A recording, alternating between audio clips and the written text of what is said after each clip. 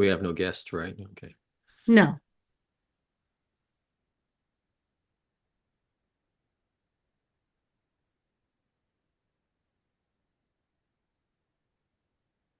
We have no guests, right? Okay. No. No. Okay, I'm going to start recording. And Okay, good afternoon, everyone. I call to order the November Guam Board of Accountancy monthly board meeting. Before we begin, I think Dave sent out I guess, the files, the slide deck, and it looks like we noticed the meeting on the 14th and the 19th, so it's 7 and 2 days. So it looks like it's properly noticed. So we'll proceed.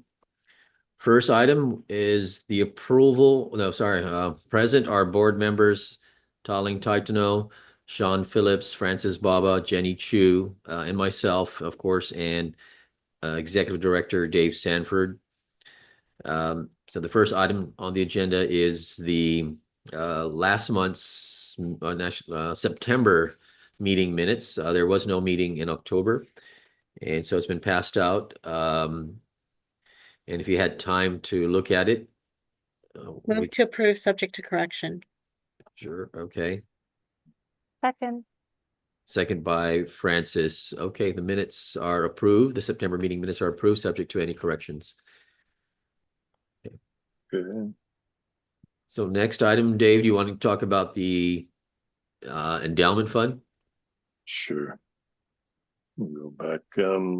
At this point, I'm happy to say our endowment has now reached the 5.5 million mark in total funds. Wow. Of course, it's still going up and down with the market. As you can see, we gained outside of our contribution, we gained a few 40,000 just in the 2 weeks between the end of October and the middle of November. But then it can go back down just as much every week or so, up and down. But we did make a contribution of 225,000 the end of September, which was deposited in October. So at this point, we're the 5.575 million mark, the middle of November. At the end of October, we were showing the 5.488 million. So that was just what 70, 80,000 or 90,000. So just in the 2 weeks, but year to date, for 2024 so far, we're at a 9.37% performance rate, which is good. Much more than we planned for. They did also take 13,000 in expenses for this is the last quarter of the year. So now we've hit a total of 50,000 in expenses, which is basically just the management fees. So the statements are here for the month of October, and I'm just going to zip through back here to the back of the activity is. You can see we have the deposit of 225, and then we had the additional 13,000 to make 50,000 in fees. And then we did have realized gain 7,000 for the month. So we're up to 62,000 year to date realized gains. We don't have any realized losses showing at this point, although, everything continues to go up and down. But as of the end of September, which was a quarter end, they showed the performance on an inception to date basis. And annualized since 2015 was 6.86%. So that's even almost a point ahead of the 6% we used in our investment planning target rate for the 20 years. So we're doing okay in that sense. If you look at it on a total basis, I think I said we've contributed 4.5 million, I guess, and or a little more than that since inception, and we've got a 5.5 million balance, so we're not doing too bad on an overall basis. If you consider, we've also spent, and I didn't have the total amount from all the years, but I think we've spent probably somewhere in the range of 300,000 to 400,000 over the last 5 years or so. So that's the September statement here. Has anybody got any questions about the fund itself? Dave, the 300,000 to 400,000 is just purely visiting professors. Yeah, strictly on the visiting professor program, right? The most was spent with the semester that we had the Johnsons, and then Oh, yes. That's right. the year this year actually that we have paid for Dr. Conrad for his first year, and since he's decided to stay, he's becoming a full-time faculty member. I think as of January, I think they have him slated for. Okay. So if you put that together, plus the visiting professors we've had during the summers, when Billy and some of the other people came over the last few years to teach in the summer programs, and the few times that we've supported the visiting professors to teach in the MAC program, which is online, so we didn't have to spend travel money. So That's good. Okay. So I think overall we've done pretty well. When you consider we started in 2015, so it's almost 9 years into the program. We built it to 5 million balance, which hopefully the earnings will be able to support at least a full-time professor on an ongoing basis over the next few years. Dave, since we're talking about the visiting professor program, with regard to the training, is there, my understanding is that the training is not limited to just Guam CPAs and AGA or No, anybody, members. Yeah. anybody in the community that wants to come can come. I mean, Okay. we don't restrict it. We don't restrict it to anybody. The only As long as we restriction don't, is the number as of long as people we don't have. go right over the 90 person limit. Right. Yeah. Yes, Okay. it's just a seating restriction. That's all. Yeah. My question was more of, because they're limited seating, and should we prioritize those members first, or CPAs? In other words, for example, my office, we have quite a number of staff who are none of the above that may attend. Right. So just curious if. It's okay at this point. I think so far that I've counted, we have around 47 or 48 attendees so far that we've received registrations for. Oh, that's fast. And a good number of them are not CPAs, but they're local accounting people. Some are just AGA versus CPAs, but Okay. and some are just regular accounting people, but we don't have any real restriction on who can attend. Sure. Unfortunately, I'm not going to be on island on that day again. Like every training he has, I'm not on island. Yeah, well, I think for the first time since we started this, I will be on island, so I'll attend one for the first time. Good. This year. Yeah, I've missed all the other ones too. Been away. I don't have any other information on the visiting professors other than that I know that Dr. Jones is pursuing trying to find other people. She has some intentions of doing some advertising for additional professors. And John, I don't know if the advisory committee had any more meetings or any activity. No, we have not yet had one yet, so I'm not sure. It might be unlikely to have one before the end of the year, so it might be January before we have something. Yeah. January, February. Okay. Well, that's all I have for now, unless anybody has any questions. Nope. No. Okay. Want to move on to our new licensees? Yes, so next item's new licensees. Do we got Okay. quite a few, I think, or? See, oh yeah, we've got 5 or 6 pages here, at least. And I think we have overall 4 people from Guam. Oh yeah, I'm looking at it now. Or Okay. Guam and Saipan. 3 from Guam, 1 from Saipan, yeah. So we have Miss Lasco. Yes. I think it's working for you guys.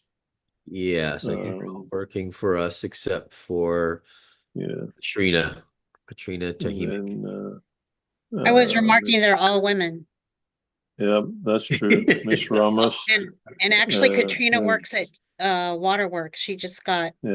transferred from DOE. She works in our internal audit group. Oh, she does. Okay, Yeah. okay. Katrina, she's the one of the ones that went to the CPT meeting. Right? She's very young. Yes, she did. She did. We I think met her she's the one first that we met. Yeah, we met in her there. Colorado, I think, or was it Denver? One of those, yeah. Colorado. I think yeah, it's one of the meetings and the regional meeting in Colorado. I think in June. Yeah, very Okay. smart girl. 3. Yep. And then Miss Ramos and Saipan. And Yes. then Ann Roderos, yeah. She just moved to Guam. Okay. You're talking about Ramos? Sorry, I'm getting confused. Yeah. with these here. Yeah. Yeah. Sorry, I'm getting confused. No, she's still in Saipan. It's the Okay. and Camille Yeah. is Roderos. Yeah. Roderos, yes. Okay. She just moved to Guam then. And Rodero. No, I think she might have been. She was with Deloitte, and I think she moved to Guam. Oh, okay. With Deloitte, Right. maybe like 3 or 4 years, 3 years ago. Okay. Okay. Okay.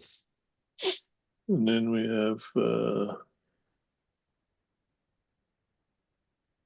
people from all over, a lot of Middle Eastern, Yes, a lot. India, Taiwan, India, Saudi Arabia, a lot of the Middle Eastern countries, one from North Carolina,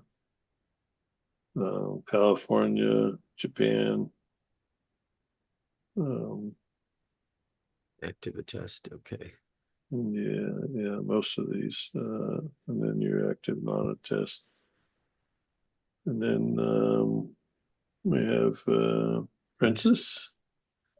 So, I don't know her. Voice service and special we're coverage. giving more service. And then we have a few also towards the end here that are the inactive. So Jessica's been busy.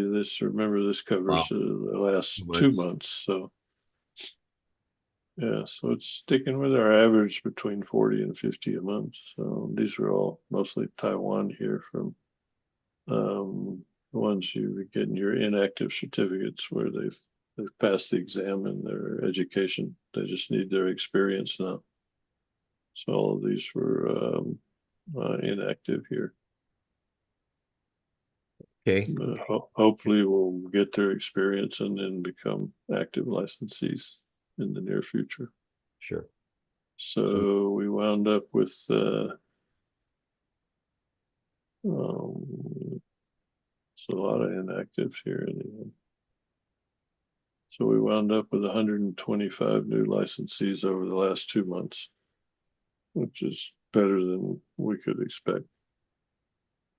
That's a lot. Even Okay. one from Texas too. Move to approve? Okay, there's a motion to approve. Can I hear a second? Second. Okay, Okay, looks like the applications are approved. Dave, the next item on the agenda, you had, yeah, expanded. Yeah, this Maybe, is the maybe I'm not sure if you've, it's on the agenda, but Can you just talk a little about the response from our attorney, if this is the appropriate time regarding the uh, remote practice?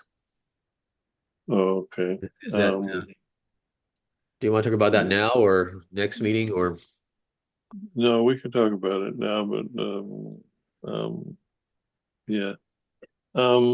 Basically, we've had a couple of people that were asking about whether they could do remote practices from, say, a person that got licensed in India, and wanted to know could they perform audit services from their office in India with a Guam license. And my response was our law and our rules were a little bit vague in the way it addresses it, but I had attorney Joe McDonald look into it, and with the questions I had and the law sightings, and basically his response is that the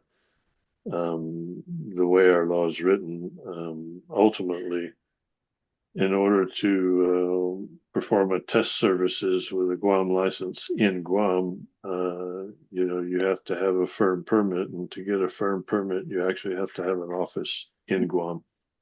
A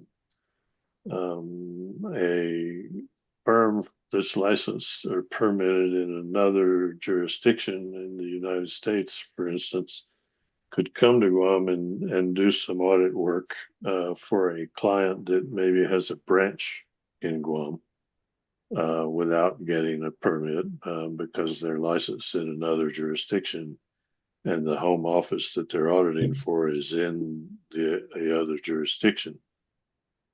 But they could not come to Guam and do provide a test services to a Guam client without having a Guam office and getting a Guam permit. So the answer really was to this one person was asking, can I get a Guam firm permit and then provide audit services from my office in India remotely to other people? And the bottom line answer to that is no. In order to provide a test services, you have to have an office in Guam. And if you don't qualify for a firm permit. I thought I recall that there was an off-island firm that did the UOG audit at one point. Yeah, well, they actually come, the off-island firm can actually come to Guam and establish a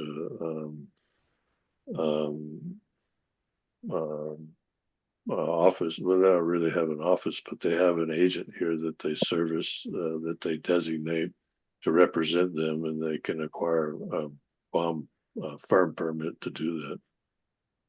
But they have to actually get a license and a firm. They have to have a licensed CPA in Guam that represents their office as a resident of Guam. And they can't just get a firm permit without having somebody licensed in Guam or licensed elsewhere that's a resident in Guam to represent their office to do a test work.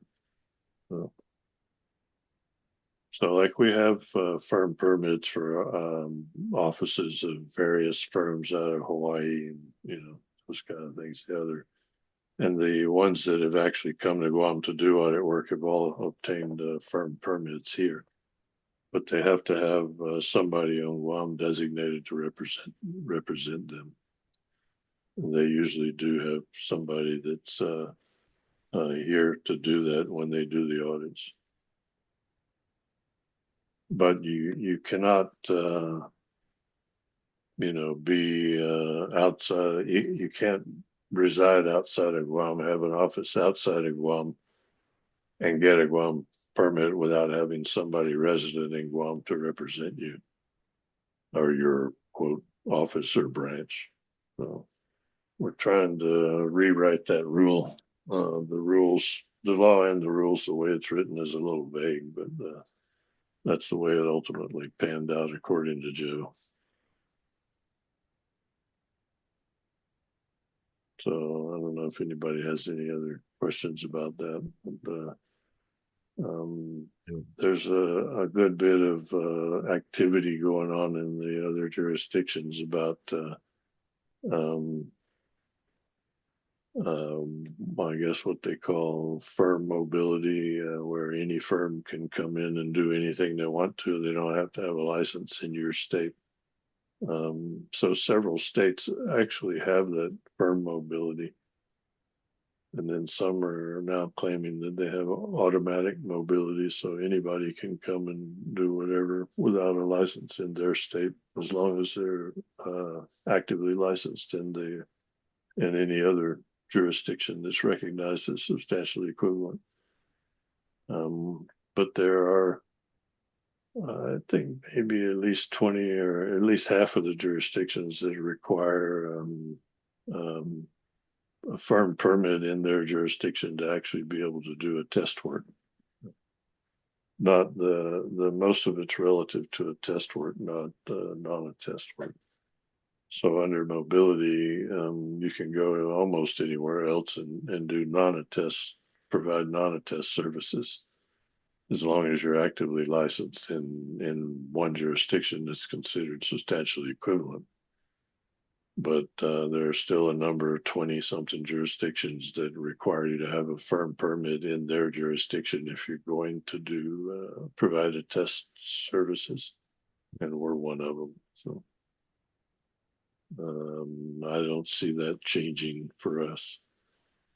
It wouldn't be to our benefit, because then that would allow anybody to come in and provide audit services in Guam, to the detriment of our local CPAs. So Dave, is Joe working on clarifying language, or is it clear Right. enough that you have to have that local residency, that representation? Well, it's clear enough the way it's if you work your way through the process, but it's not simple to work your way through the process. Yeah, Because I was reading and I had a few questions, but he answered it, and to my satisfaction. But we're trying to rewrite the rules to just make it a lot easier to understand. and what would the relationship have to be between that resident, the Guam resident, and the firm? The relationship. Yeah, with that Well, resident. that person has to actually in the application for the firm permit, you have to actually designate who is resident, who is a actively licensed CPA that's resident in Guam to represent your office and be available for service of any kind of notice and that kind of thing. So you actually have to designate somebody in the application, and they have to be actively licensed. It doesn't matter if they're licensed in another jurisdiction, as long as they're a resident of Guam that can be served if there's any issues that arise from a legal standpoint. So they're considered your legal representative resident in Guam. Yeah, so it's just an appointment. That person doesn't have to be a part owner or an employee of the firm. No, but you do have to be actual resident agent of that firm. Yeah. Essentially appointed as an agent. Okay, thanks.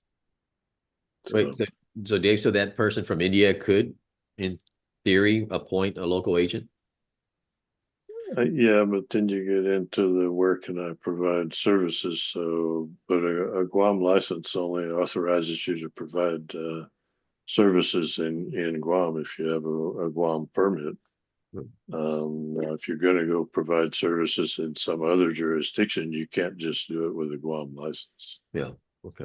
So, it depends. There may be one or two you could, but not a lot. So, but I don't think that person could have an office in India and provide audit services in Kansas, according to their rules, just because you have a Guam license. So you still have to go and abide by the Kansas rules and, that kind of thing. So.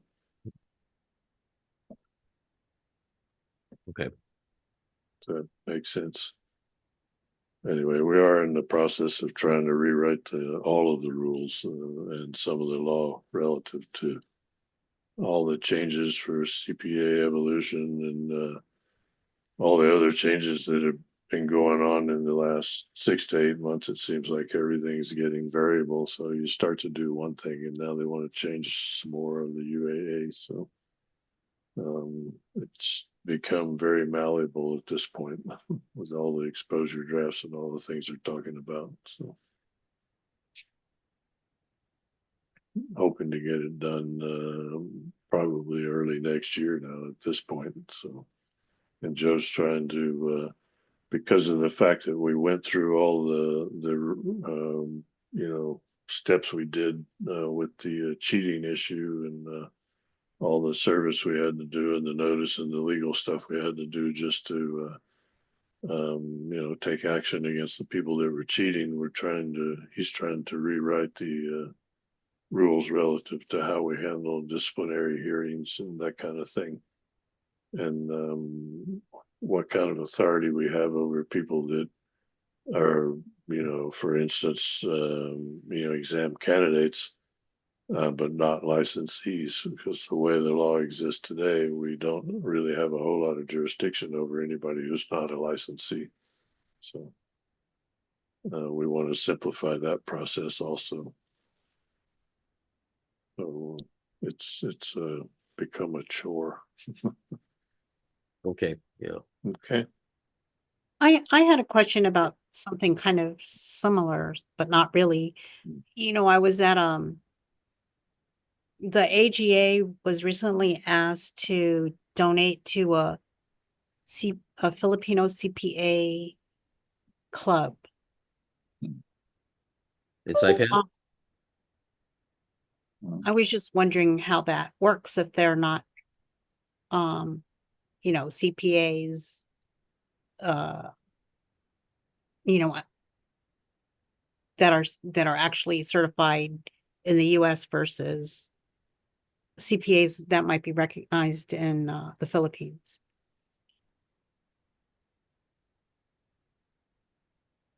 I'm not sure what you're asking me, but a person that's licensed to provide, equivalent to CPA services in a foreign country can actually come into the United States, and the way our law is written, part of the UAA into Guam, and they could actually perform services under their license in the Philippines to a Philippine client, I guess, if there was a client of a company from the Philippines that had a branch, say, in Guam. The way the law is written, they would be allowed to come in and perform the service that they would perform in the Philippines for that branch in Guam, but only the services that they typically would perform in the Philippines for the same, that company, and only for that branch. They couldn't they couldn't provide any other services to any other client that's not part of that particular Philippine company.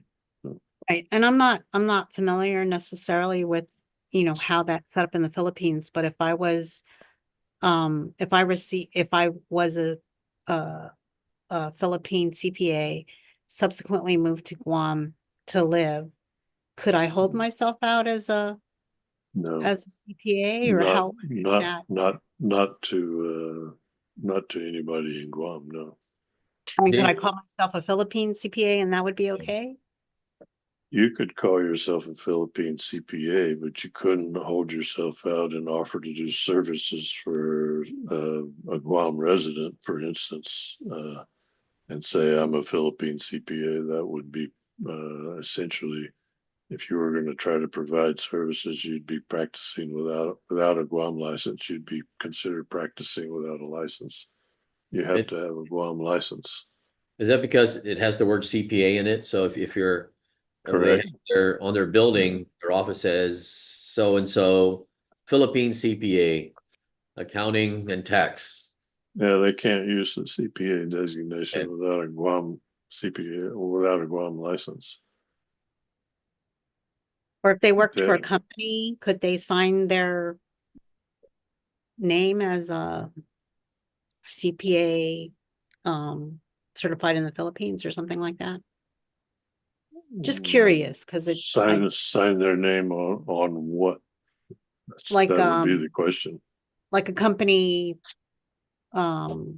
memo.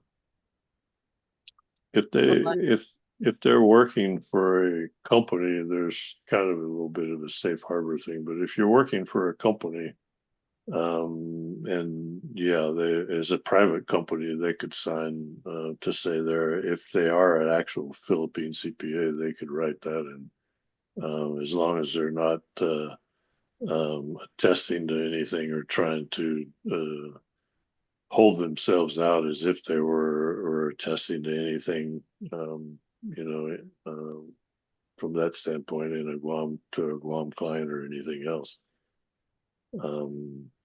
You're like if you're working in private industry, there's no prohibition against you using your title to sign.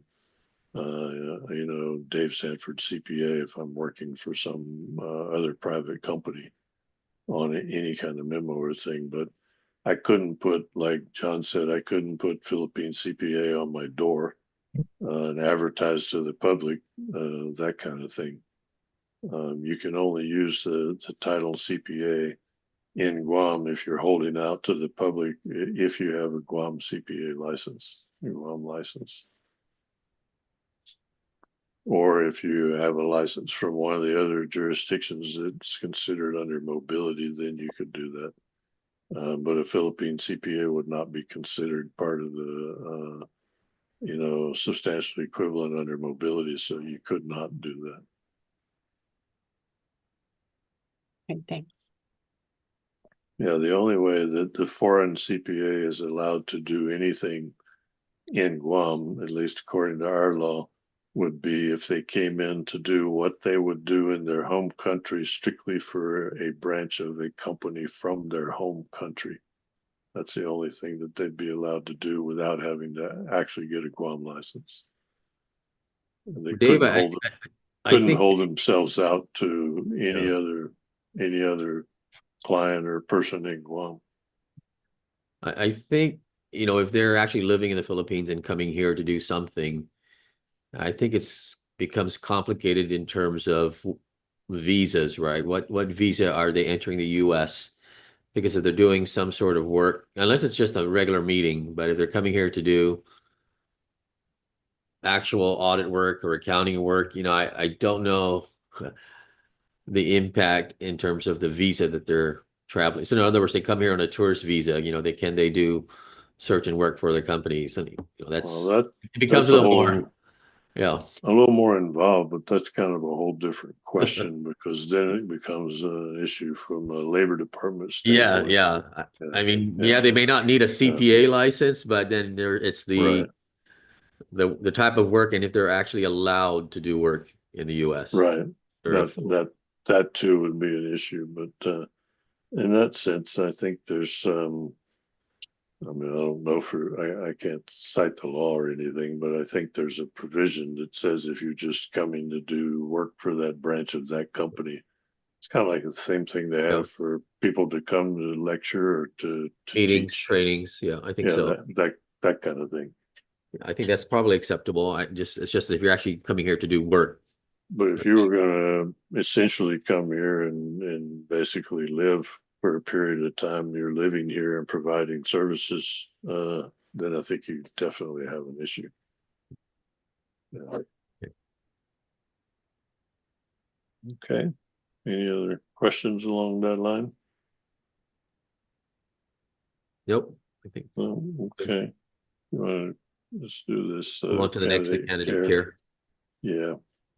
Yeah. This one is going through the usual process, but it's interesting to note now that 38 and 1250, that's like a third of the problems they had are software and hardware issues, technical issues. So And this is something they talk about, the cloud driver process, and the future they're going to implement is supposed to eliminate, and the new exam is supposed to eliminate these kind of issues. So, but still, you're only talking about 163 problems out of how many thousands of sections. So, um, um, it's still a very good achievement, I guess, in that sense. I don't think there's anything we really need to be concerned about in this regard at this point. They did note that down here at the bottom that the floods and the hurricanes that covered an 800-mile path of devastation in the United States impacted the exam candidates. That was all through the Florida and North Carolina sections. So, but there really wasn't hardly any issues if you look at it relative to the entire number of sections given. So, next thing I had here was just for informational purposes, but the ELE, the Experience, Learn and Earn program, has apparently been expanded now. It originally was designed strictly for the employees of employers that agreed to participate in the program. And now they're opening it up. I think they have a couple hundred people participating in several employers. And now they're opening it up to anybody who wants to participate that is, basically working as a CPA or a candidate for a CPA license. And firms, the firm itself may not be participating, but the employee is going to be allowed to participate in the program. So I just had this here for informational purposes, so that anybody who is interested can actually participate without having to wait for their employer to actually sign up to be a participant also. Even though for the most part, they were looking originally to the employer to help sponsor the candidate, even in terms of either allowing them time to take the classes during work hours, or to subsidize some of the cost of the classes. So that's strictly informational. But the program seems to be gathering some steam here and there. The last thing before we talk about this exposure draft thing is finances. We finished the year actually with $11 short of 200,000 in excess revenues, and that's on top of contributing our 225,000 to the endowment fund. So the biggest source of this was our continued exam application fees, which came out to 270 versus the 120 we budgeted. We thought that most of fiscal 24, the 9 months would be a lot lower because of the score holes that were going to be up to two to 3 months. But apparently the applications kept coming in, and otherwise the rest of our budgeted revenues were pretty close. We did get more from the test center than we thought, but not that much. We did get 50,000 from the penalties and fees and interest, but one of the things that's interesting, and we did manage to keep our expenses and under control, but one of the things that's interesting here, if you look, I don't know if you can notice, but up here is this is actually the sections total for fiscal year 23. And this big spike here was towards the end of the year where everybody was trying to take BEC. So we did get pretty good revenues from that. And then if you look at the sections in FY24, which is down here to the 674, so it was way down. And then on top of that, if you look at the applicants for 23 was the 916 here. And then for 24 was the 222. So our fiscal 24 applicants, even though they were lower, they were steady. And then even though our sections were lower, they pretty well followed the trend up here until this big spike for the year end. But when the new exam started in January 24, NASBA and AICPA had decided to change the way that they process candidates and sections. So in the past, a candidate would apply to take the exam and they paid a certain fee. And then they would, after that, they would apply to retake the exam and they paid a lower fee. So, and those retakes, the re-exam candidates were paying very little compared to the other initial candidates. So what the change they made was to say, for every initial candidate, you're going to pay the standard fee, and they raised that a little bit. But everybody who applies initially is going to pay this fee, and it's more for an evaluation to determine that you're eligible to sit for the exam. And then after that, you're going to pay the section fee every time you take a section. And in the past, what was happening is you'd pay that initial fee and you could take all 4 sections for that one fee. And then the re-exam, you could pay one fee as a re-exam candidate. You could pay, say, $100 and take all 4 sections as a re-exam. Now you're paying a different fee, but you're paying for each section you take. So even though we had somewhat of a decrease in terms of total applicants and total sections, the way they handled the processing and the way they determine who's paying for what is today a little bit more equitable in the sense that everybody pays for every section they take the same amount, no matter whether they're a re-exam candidate or an initial candidate. The initial candidate only pays a little more because they're required to go through the evaluation process to determine that they're eligible to sit. So it's a little bit more equitable all around on all the candidates now. And it turned out that it drove a little bit of an increase in our application revenues in that sense, which we hadn't anticipated. So that extra 150,000 in revenues is the majority of what our excess revenues was. Because we had originally thought we'd have about a 50,000 excess overall. We wound up with 200,000. So, and we did make our 225,000 contribution. So in that sense, we finished FY24 very well, even without our test center recovering very much.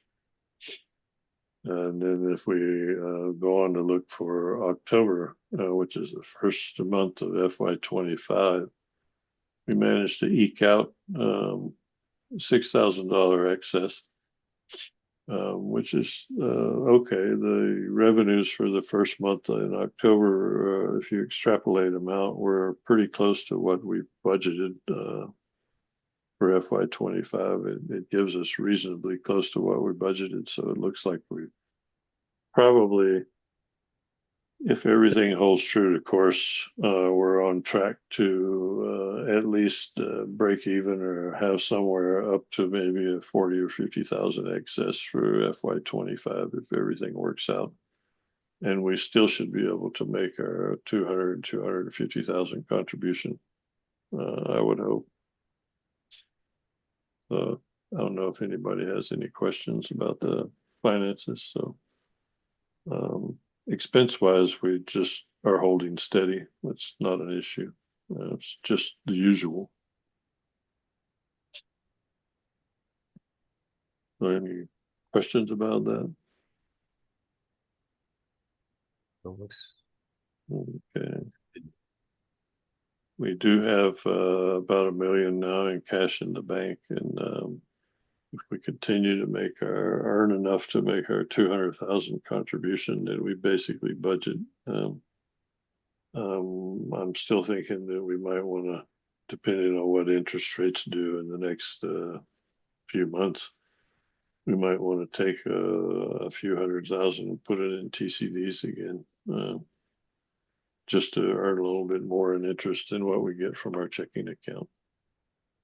We could create a TCD for the amount we want to make as an endowment contribution and have it mature towards the end of the year, so we can use it to make the contribution. Excuse me.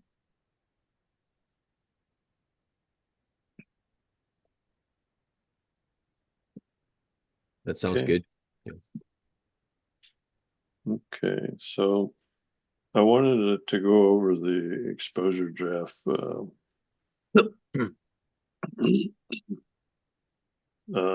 everybody. Let me see where I can change my screen sharing. I have to go find it.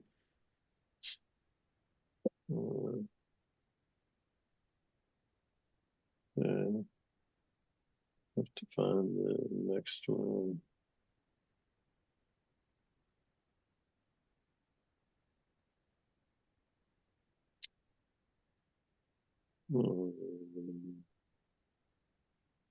To find the first.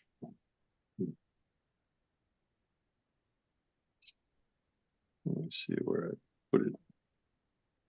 Next, this one.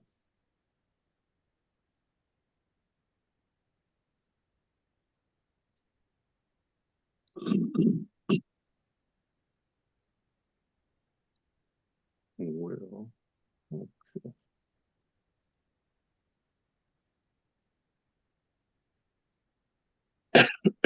Excuse me. I think it's this one. Can everybody see that one or no? No, Oh, I have to big share. Hold on. There. there you Okay. go. This one. Yes. That's it. Okay. Excuse me. So this is the exposure draft that AICPA and NASBA put out. And I went through and highlighted a few things about it.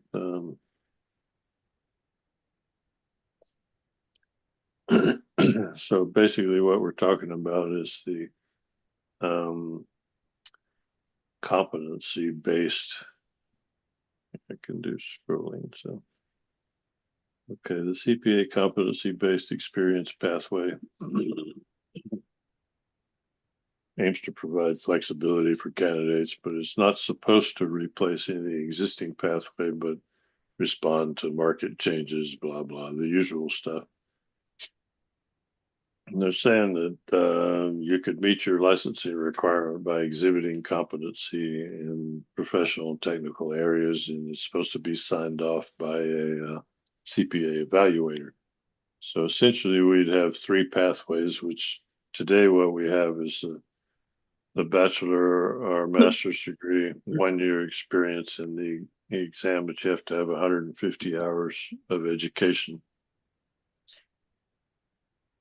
So if you have a bachelor's plus 30 or a master's degree, you get 1 year experience and you pass the exam. What this would be you only need a bachelor's degree, which 120 hours.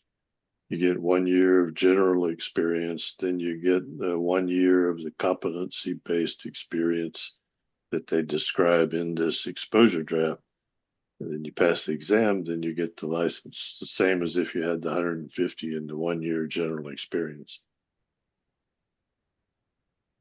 So this draft pathway, well, they say it requires further evaluation. They're asking for feedback. And they go through a whole rigmarole about why they need it, et cetera, potential areas to, the bottom line is they're trying to quote unquote increase the pipeline. But then the other consideration for this is really the different states and societies that are driving forward with the changes to say, well, we don't have enough people to have 150 hours, so let's just go back to the bachelor's degree or the 120 plus 2 years experience and let that be a pathway also. And there's debate about whether we should do that because it's that dumbing down the process and all that kind of stuff. But bottom line in this is that they thought they were developing an equivalent pathway, that gives somebody an alternative to getting the extra 30 hours. And they call this the competency-based model. And then I'll just run down here. Just for informational purposes, it's based on AICPA Foundational Competencies Framework, a Global Accounting Alliance Competency Framework, feedback from firms, on-transcript firm models, and feedback from stakeholders. They identify model competencies that the candidate would exhibit during work. And they're exploring updates for the adoption of a competency-based pathway. The boards of accountancy could determine whether this would be additional option they want to offer. Of course, it affects everybody in other jurisdictions. So the comments, and they had questions about, is it understandable, relevant, sufficiently described, all about the details. And they have components where they describe professional technical competencies. Are they related? They give you 3 years to certify the requirement to a CPA evaluator, i.e. the person who's going to evaluate whether or not you as a new candidate for a CPA license have you actually demonstrated these competencies. It's going to be signed off by a CPA evaluator, but to be an evaluator, you have to go through a 3-year certification requirement. 3 years. Yeah, so that's kind of one of the issues. So this, I mean, 3 years. Sorry, Dave. This is 3-year certification. That means this is not intended to be implemented anytime soon. I mean, it's well, what this really means is that to be an evaluator, you have to have been a licensed CPA for 3 years in practice. Oh, and okay. then you have to, they have some process of saying, yeah, okay, you're licensed, you've been practicing for 3 years, so we certify you as an evaluator. That's it. Okay. Not sure who's going to do that. Then it outlines Board of Accountancy has a possible request when the evaluator refuses to certify the qualified candidate's competency. Well, today, as a actively licensed CPA, if you are asked to certify someone's experience, you either have to agree to do so, especially if you were their supervisor, or you have to come up with a reason why you won't. And if you refuse to do it and you won't come up with a reason why, you could be subject to discipline. So there's an issue about what happens here. If some CPA evaluator says, you didn't do what I wanted you to do for me yesterday, I'm not going to certify you. There's no provision other than having somebody go ask the board, well, what do you want me to do now? Because he won't certify me. So, I think there's some issues there. Then they want to put a 5-year maximum to complete the pathway, which is the 1 year of competency, of demonstrating competency, not the 1 year of general experience. So they define the general experience as 1 year and then another year of competency-based stuff. And then they have the other types of issues are with the support to the boards, employers, candidates. And then as was saying, well, we can create this electronic tracking system that we'll keep track of everybody and whether they were regularly licensed or whether they did competency-based licensing and all this kind of stuff. Then we can determine when anybody would be substantially equivalent, which A lot of the boards thought that was not a good idea. Excuse me. So would we do it? So then they go on and they describe in this whole thing what the competencies are. Excuse me. And the requirements for licensure. So, and they're talking about prescribing it in the UAA Section 5, which they would revise to say that there's a pathway that allows for licensure with a bachelor's degree combined with evidence of competencies exhibited through work experience. Candidates follow the pathway, enhancing their skills, use the model competency framework, et cetera, and then they have A and B, and I'll show you that. But the bottom line is that this whole thing is a process. And essentially it's a process whereby you're going to work for somebody who's going to, if you're working in a firm and the firm is going to designate some CPA evaluator to, essentially take responsibility for supervising you and your experience and determining that you met all these competency and demonstrated all these competencies. And then they're going to sign off on it by filling out another form. And the whole thing goes through the 1 year is 2,000 hours of experience. So at a minimum, you have to have 4,000 hours, which is a year of competency based and then a year of general experience. And those are two different things in this program. Now, just so you see some of the competency based experience components. Competency is identified set of knowledge, skills, abilities, and behaviors to be exhibited by the candidate, professional or technical, and each has associated performance indicators or tasks. And they have examples that are not exhaustive, but in practice, you could exhibit competencies through other performance indicators representative of a base level of performance that's expected of a candidate. And that's a lot of blah, blah, blah, but there's no real definition beyond that other than some of these details down here. So professional competencies include ethical behavior, critical thinking, communication, collaboration, management, self-management, business acumen, and technology mindset. And then they go through this whole list. And so you're supposed to demonstrate all of those things. And then the evaluator should use professional judgment.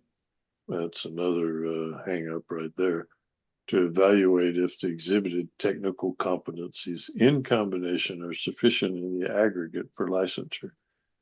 And then you have to have worked with 3 technical competencies, either audit, tax, or business and financial reporting.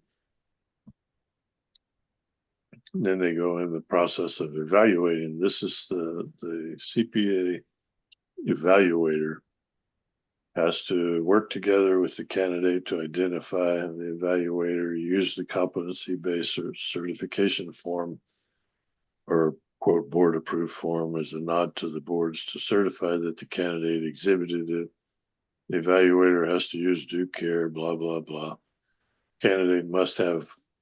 A candidate may have multiple evaluators because one might be there and then he's not, and then he's not president, or the candidate moves to another employer, or the candidate's evaluator moves to another employer, or any one of these things about whether they could come or go. But the evaluator is a licensed CPA in good standing with a minimum of 3 years of post-licensure experience.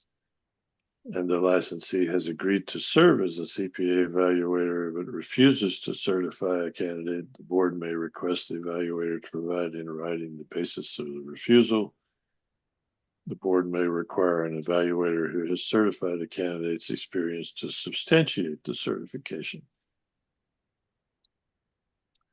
and then 5 years to complete. And then they're also saying, well, the evaluator could also use professional judgment Huh. to determine if prior work experience is acceptable also.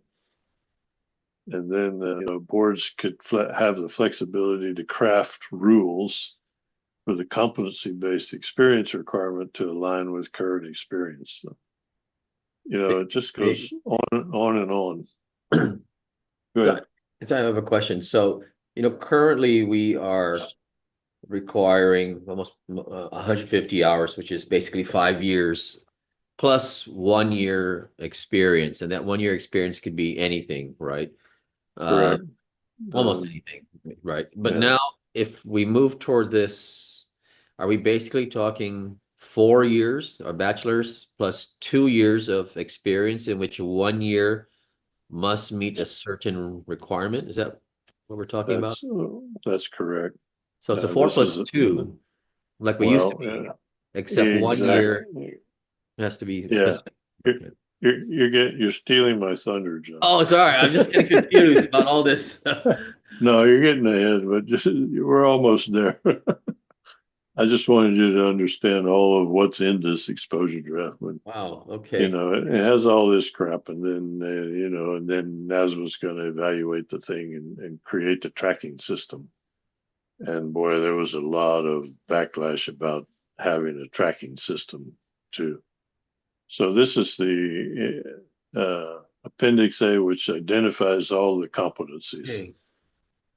And if you actually read through this thing, what you'll realize it's the same thing that they say that you're supposed to gain from all your education. It fits exactly, if you look at the definition of the education curriculum, for accounting courses, et cetera, business courses, all of this stuff is built into all those curriculums. It's all the same stuff. Okay. And the same thing is true all the way down here for the technical things. Same thing with the audit classes, and it's all the same stuff. But they're saying that this is totally separate.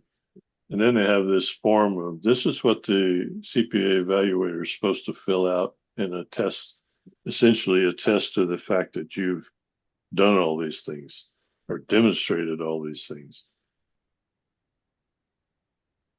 Acting ethically, thinking critically, and performing tasks.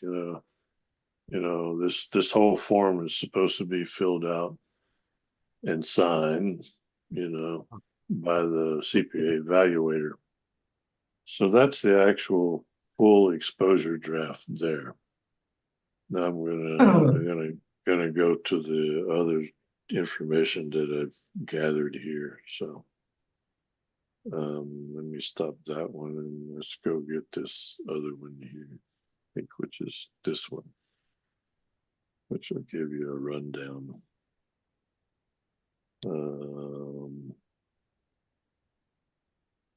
Let's see, I think it's this one.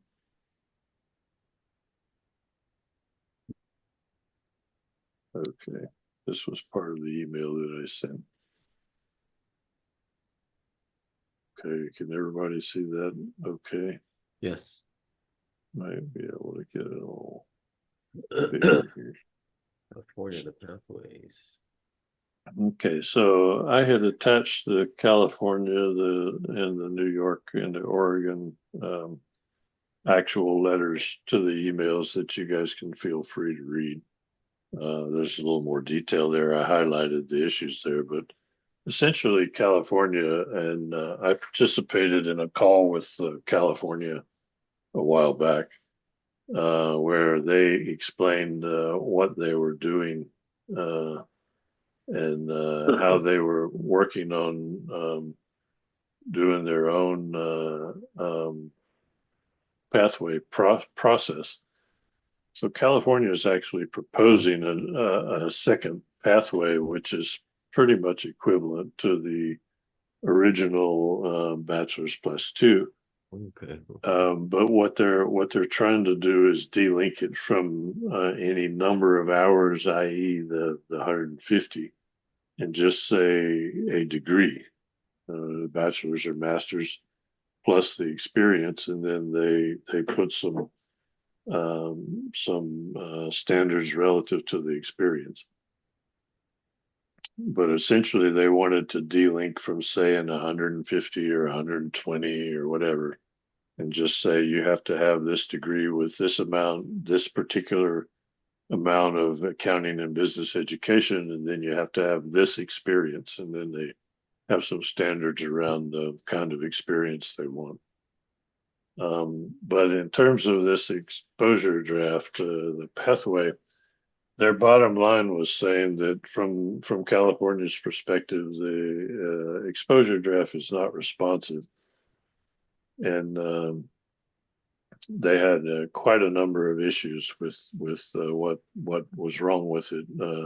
Chiefly the things being the try to say in the competencies. Definition of competencies, it's very complicated. The whole process is complicated. The CPA evaluator is a weak link, and you may find that there isn't anybody who wants to be the evaluator that signs off on somebody having fulfilled competencies because of liability issues. Does the firm want to commit to training anybody to be a CPA evaluator, or commit some of their employees as times to being the evaluators, et cetera, et cetera. So, Yeah, that exposure draft was 20 pages long with the appendices. right. And California's response was they answered all the questions. So, yeah. But then if you look at Mississippi, they're basically saying that they're going to just send one letter to basically say they don't agree with any of it, period. That's the Mississippi board's response. North Carolina issued a single letter, and what they're saying is the revisions would add an unwarranted layer of bureaucracy and complexity to the licensure, placing a subjective determination of competency in the hands of market participants raises significant concerns. And what they're concerned with, because they were involved in that North Carolina dental exam case, which is basically an antitrust case. And the Supreme Court came out and said that essentially licensed CPAs are considered to be market participants in the parlance of antitrust law. And we don't want to have anything to do with it, because you essentially have a licensed CPA determining whether anybody is qualified to actually participate and become a licensed CPA. So that would be a barrier to licensure.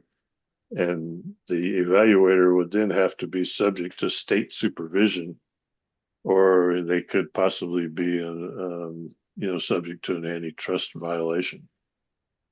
That's what North Carolina is saying because of their experience with this dental exam case, which we've all heard about for about 5 years. Then the proposal would potentially create unnecessary conflict and adjudication in the pathway of questions. It conflates the issue of experience and education, meaning there's two different definitions for experience, with you have 1 year of general experience and 1 year of competency experience. What's the real difference? And there's no addressing that. And then the bottom line was that they feel additional alternatives need to be explored, and this exposure draft needs to go back to the drawing board. New York, and Jennifer in her way, she's been there quite a long time and she does a really good job. I attached her letter also. And she basically said what I said from the start, with in response to both we stress the importance of uniformity. They believe it's in the best interest of the profession, candidates and licensure applicants to maintain uniformity and essentially maintain mobility with the uniformity. And it's best to protect the public, have clarity and uniformity in licensure requirements.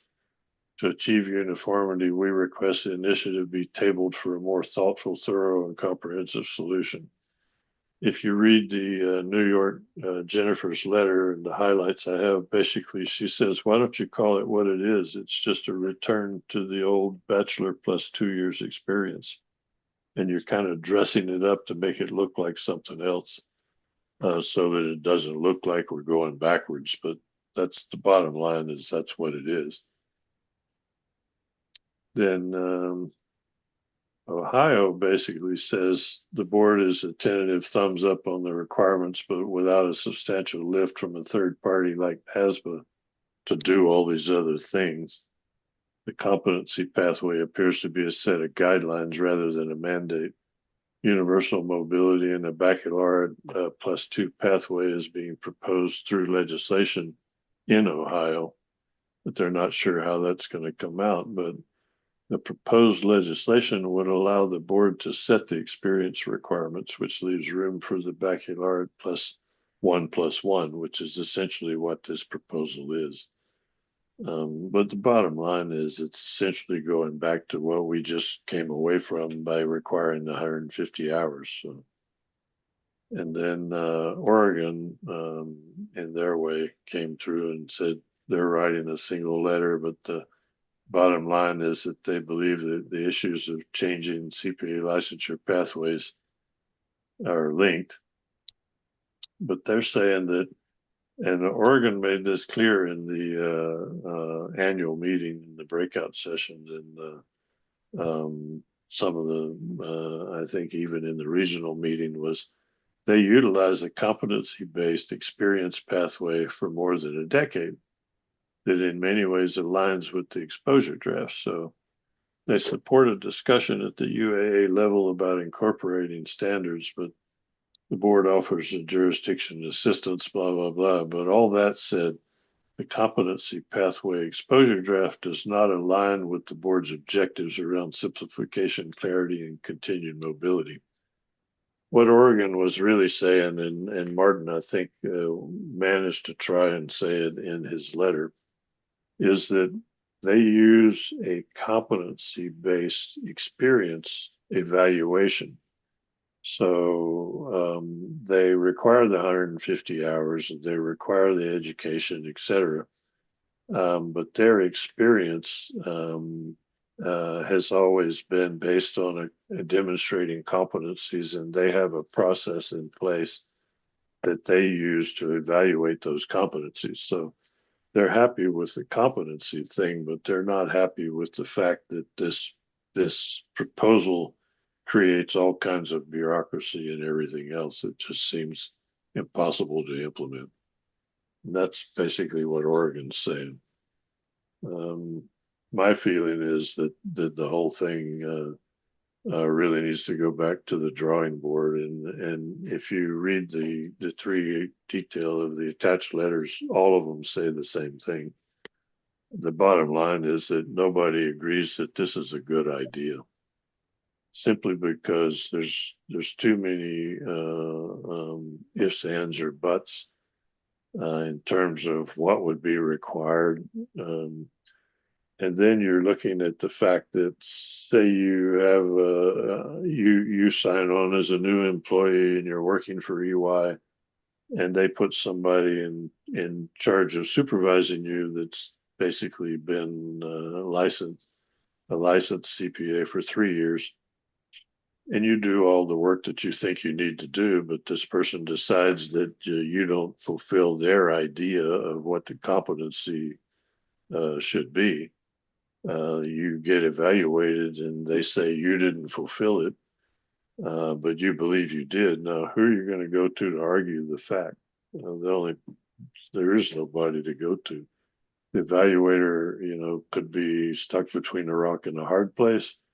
The evaluator could also be a not so nice person that just doesn't want to certify you because he doesn't like you, or wants to try to make you jump through hoops because he can control whether you're allowed to move forward or not. So the whole issue is, to me, there's two things. One is this actual exposure draft pathway is just going back to the bachelor's degree plus 2 years experience, and they're trying to dress it up to make it look like it's not.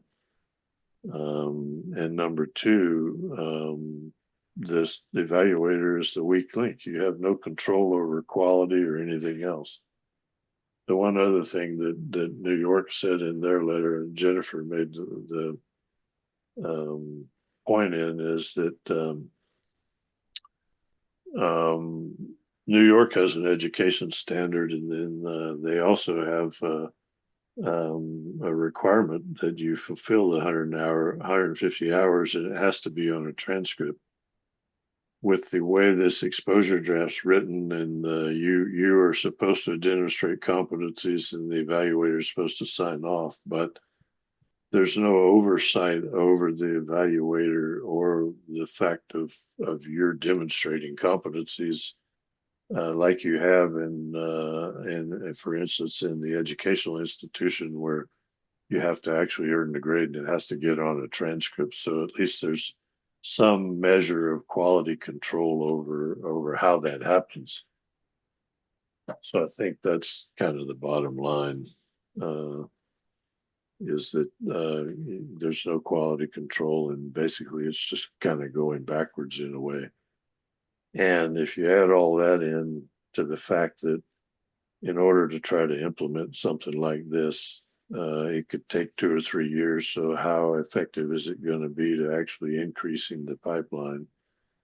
And there are a number of people that in our executive director call argued that it could do exactly the opposite and push candidates to say, well, if I have to do all this crap and be subject to some guy who's going to ultimately just sign off on me, I don't know if I want to even bother to do that. So it might go backwards. And then the other thing that really kind of bothers me about it is even though the ICPA is pushing to go ultimately to a competency-based model for licensure, that's essentially what the ACCA has done as of 15, 20 years ago when I first started with the board. We never accepted an ACCA licensed person as equivalent to a CPA, because in order to get an ACCA license, you could actually come in and say, well, I've worked for the last 10 years and that should qualify me to do away with all of these things that I'm supposed to do. And then I can just sit down and take an exam, and that qualifies me to blow away all the other requirements. So now I'm an ACCA licensed person, yet I haven't really done anything but take write a paper and take an exam, and I'm done. So we've always denied ACCA licensing as being equivalent, and going to this kind of competency thing without actual formal education or getting the education or taking the exam essentially means that you're doing exactly the same thing ACCA has been doing for years, which is certifying people just because they've had 10 years worth of work experience that somebody somewhere says that's equivalent to education. So I think that puts us on a lower level overall. So I don't know that we want to go through and submit an answer that addresses every individual question that they have, but I would urge you, if you just take a look at the California response, because they did answer question by question. And I think from my perspective anyway, I would pretty much agreed with all of their answers, not in terms of some of the details, but in terms of the overall attitude about how they felt about answering the questions. I would pretty much answer it the same way in terms of the yes or no responses. Thanks, Dave. I'm curious if any of the other board members have any initial thoughts or opinions on this. Hey Dave, what do you think is the thought behind substantial equivalency for one jurisdiction that requires the enhanced experience and one that does not? Do you think substantial equivalency is still achieved just by putting in 2 years? Or is that a bear? Well, that's kind of the one of the issues is maintaining mobility. And for instance, New York says if for instance we enacted this pathway and we licensed somebody based on this 2-year degree in the competency stuff, they would not be considered substantially equivalent to New York because New York's law actually requires the 150 hours on a transcript. So even though you got a year's experience in this, all this stuff is signed off. In their eyes, you're still not equivalent because you haven't fulfilled the education requirements. So they would say, I mean, outright say you're not substantially equivalent, so you couldn't practice in New York without going through the process of fulfilling the New York requirements, which means get 150 hours on a transcript somewhere. So Oh, so other you're not gonna jurisdictions, depend on the 150 hours. They don't want to see anything below that. that's exactly right. Their law says you have to have 150 hours of education on a transcript. It can't just be somebody saying, well, that's equivalent to this. They won't accept it. So and that's part of the issue that a lot of states have is what is substantially equivalent. Now, from our perspective and from our CPAs in terms of Guam CPAs, we want to maintain substantial equivalency so that our people can go to the states and work without having to get a license everywhere they go. So in that sense, we do want to be part of the group, but only to the extent that it makes sense, I think.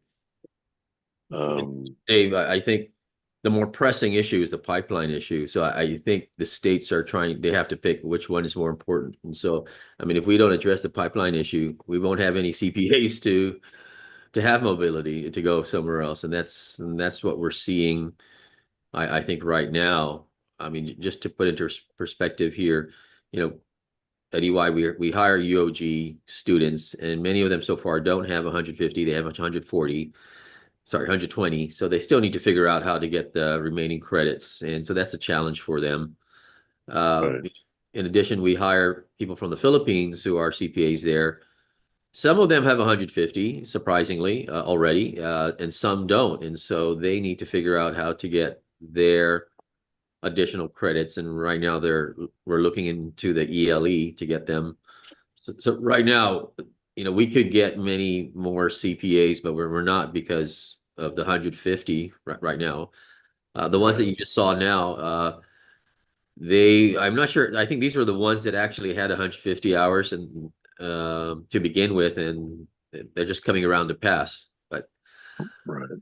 we have a lot. I mean, right now we have about 100 people, professionals, and many of them are not. I don't know where they are at in terms of passing the exam or even trying, but we don't have that many CPAs like we used to. And despite the number of the size that we've had, when we renew the annual CPA licenses, we cover the license fees, and Right. the list isn't as big as it used to be. Right. Yeah. And that was part of my concern about going to the 150 to be substantially equivalent, and why we wanted to work so hard to have the MAC program. And the UOG with the MAC program, I think, solves some of that issue. And the fact that they do it on a price point of $10,000 is actually pretty reasonable compared to what it costs in a lot of the institutions in the States. Then the question becomes, well, how do we get our people to be able to take advantage of it to get to the 150? And there's also some issues now. I mean, Martha was emailing me not too long ago about the fact that there's a push to make the degree go down to the 120 from 124 or whatever it is now. Interesting. And then some of the other issues that was raised, one by California, I think, was that there are some movements by institutions in the States to become equivalent with some of the foreign degrees where they're saying we're going to reduce the general education requirements to the point where our degree requirement is only going to be 90 hours instead of the 120.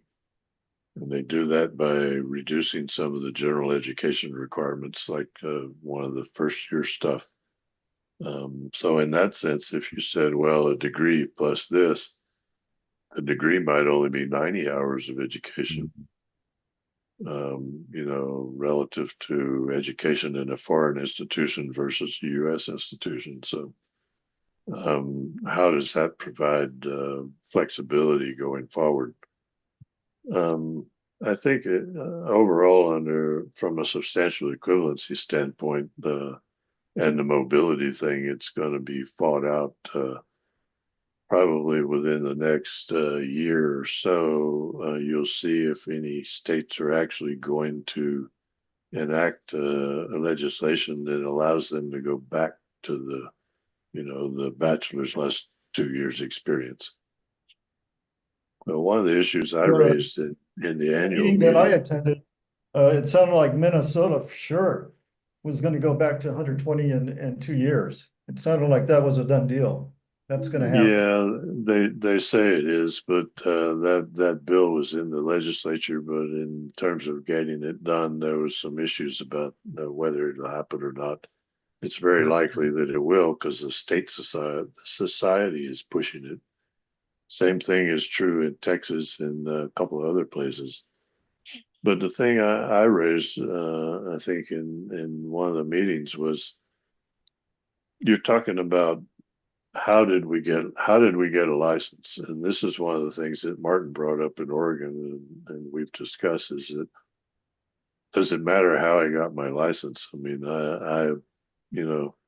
can anybody point to any one jurisdiction and say, well, that jurisdiction gave these guys a license, even though they had 120 hours of education and 1 year of experience or 2 years, versus the other jurisdiction that required the 150 hours and only 1 year of experience? Can anybody point to any jurisdiction that has any better or worse performance of their licensed CPAs in terms of quality of service that's provided in terms of protecting the public?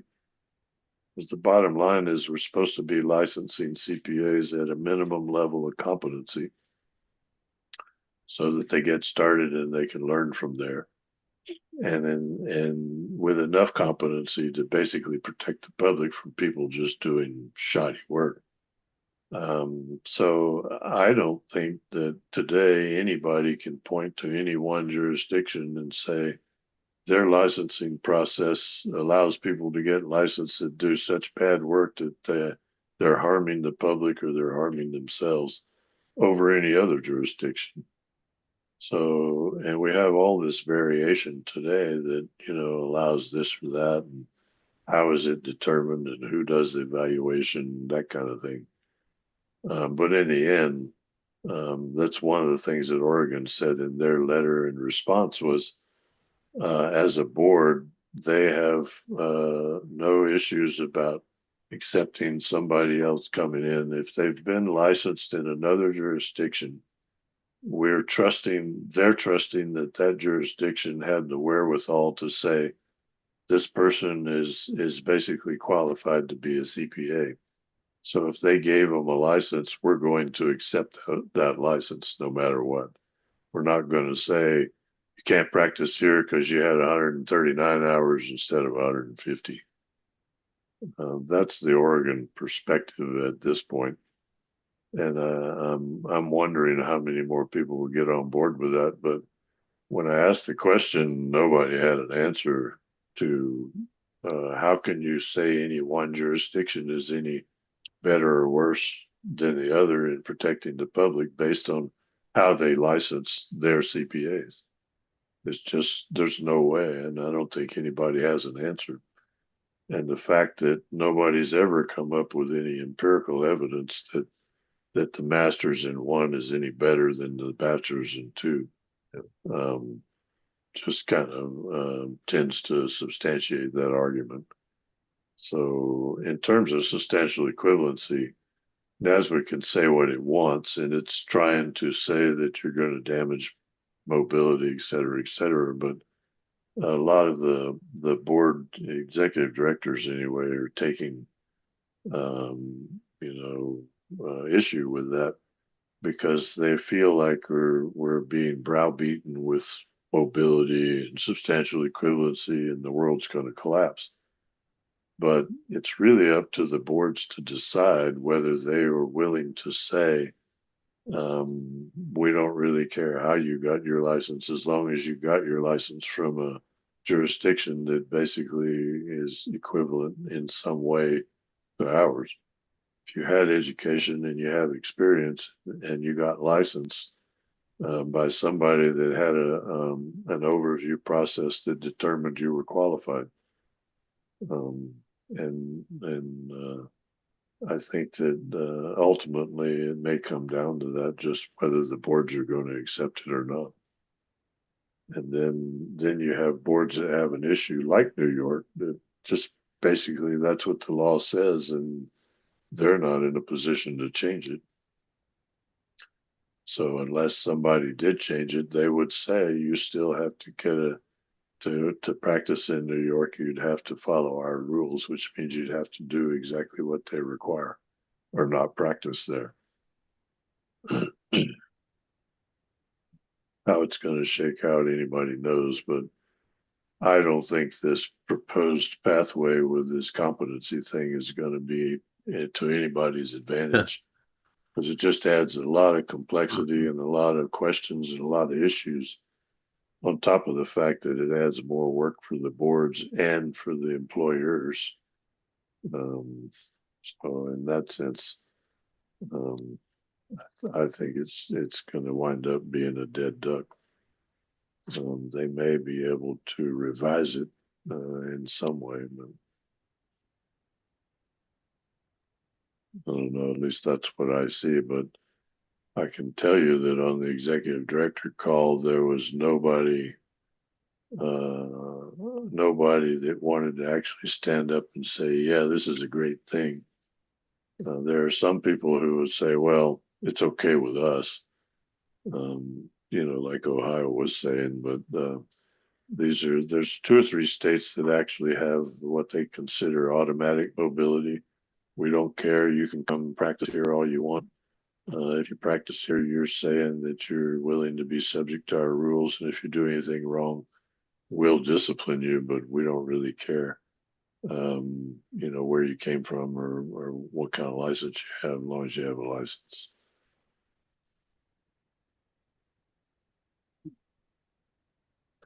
So, I don't know where you want to leave it, or if we want to respond, or if we want to just basically respond and say we don't think it's a good idea, or we think it needs to be looked at further, or just evaluated further, or what, or should we just say nothing? There's no requirement to respond. But. Yeah, probably. I think it's just too soon, too complicated, and it's we just moved to 150. So that's what I keep saying, man. We just got rid of that. Now you want me to go back to that? You're just calling it by a different name. That's all. Yeah. I don't know. I think what we got to ask ourselves is really what is the benefit of having the additional year? I mean, taking a step back from where we were, 4 plus 2, was there any real benefit with this 5 plus 1, right? So, I mean, will it hurt us if we go back to the original 4 plus 2? I mean, will it hurt Guam CPAs? And questions we can ask ourselves and what we think. Yeah. Some of it's about reciprocity, right? Right. That's the dilemma for a lot of states. Reciprocity versus mobility versus reciprocity. I mean, because you can always go. Every jurisdiction has a process for obtaining a license under reciprocity, but that goes back to everybody having a license from every different place. That's what they really want to avoid.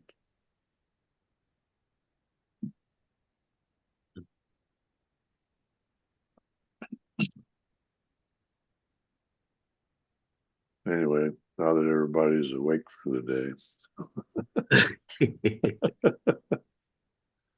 that's basically what's going on in the meetings. In the annual meeting, we had a discussion, and like Sean was saying, and then all of these other boards are beginning to weigh in. And I haven't found anybody that's happy with this proposal, so I'm not sure it's going to go very far, but you never know. Okay. But the AICPA is pushing the competency thing, which I think is not going to get there in the next year or so. It depends on, ultimately we'll see what happens with the states that actually, if they actually do get any legislation passed, and what the ultimate legislation says if they get it passed. So,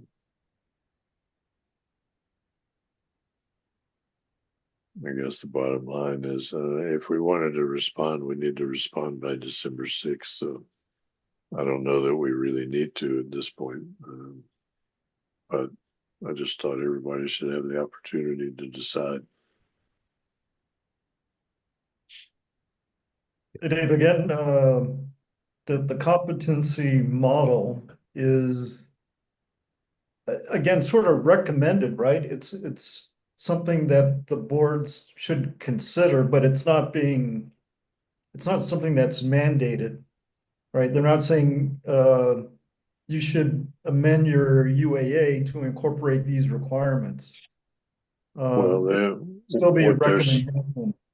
well, what they're saying is that they want to. There's two exposure drafts. One is what we just read, the competency-based model. Yeah, The other is to actually amend the UAA to include all this stuff, so that it's recommended in the UAA. It's still not a mandate, but it's a recommendation. But then the question is, how many people will take the UAA and enact it? If the UAA is recommending it, is that a blessing? That kind of thing. And then if some people start enacting it and try to use it, they wind up with CPAs with licenses that won't be accepted in other jurisdictions. That's kind of the bottom line question. Then where do they go from there? Because then that's quote unquote the beginning of the end for mobility, so to speak. but it doesn't necessarily have to be the criteria for substantial equivalency, right? No. That's still up to the boards. Right. Yeah, every board can say we'll accept whatever we want to accept in terms of substantial equivalency. Right. But then the issue becomes, well, if we accept everybody, then nobody accepts us. Where are we? That kind of thing. So Yeah. That's kind of the bottom line issue there. My issue is, what do we need to do to be sure our CPAs can go elsewhere without being hassled about being substantially equivalent? Yeah. And we ultimately won't know an answer to that until somebody enacts something that's considered quote out of line. And how is everybody going to respond to that? Yeah. That's part of what we're looking at. Um,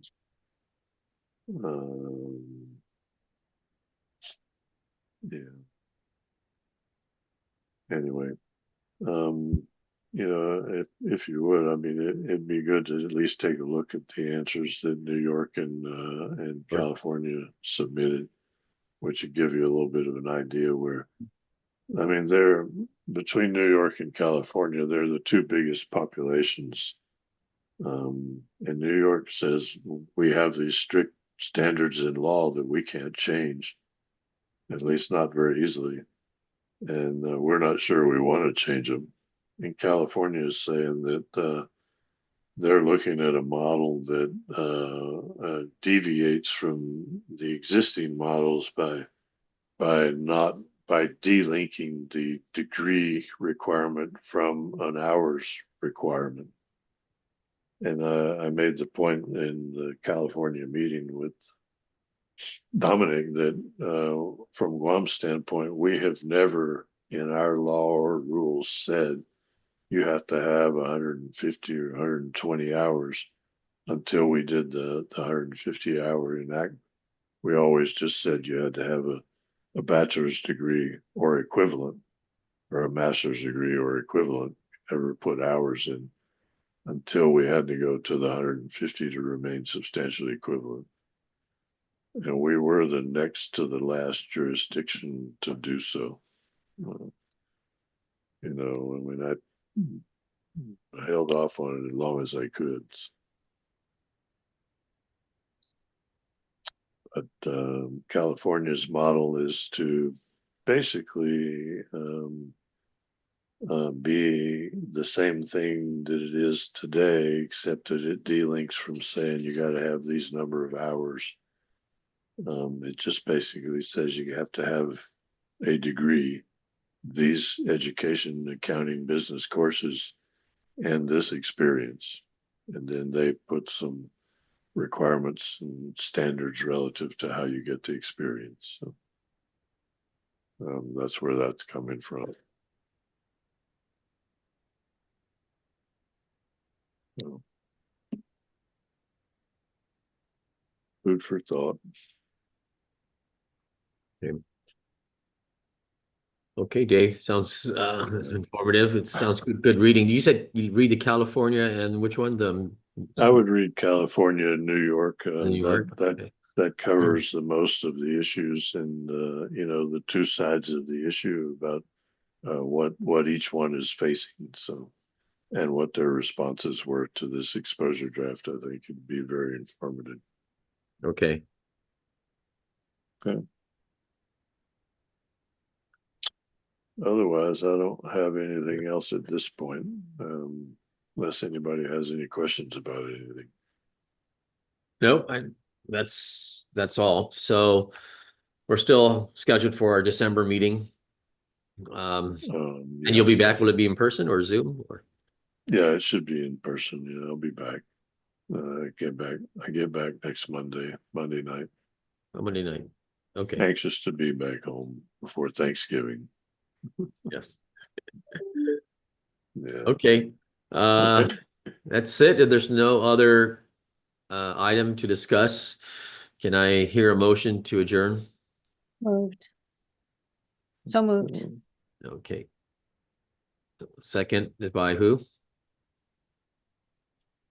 Second. Second by Francis to adjourn. Okay, meeting adjourned, Okay. everyone. Appreciate it, everybody. Have Thanks, a Dave. good, Happy have a Thanksgiving. good evening. Yeah, happy You Thanksgiving, too. Dave. You go to Okay. sleep now. There you go. I was off by an hour when I set up. I was thinking it would be 10 o'clock my time. And then I came in and I sat down and said, oh, wait a minute, I'm in Arizona. It's 11 o'clock.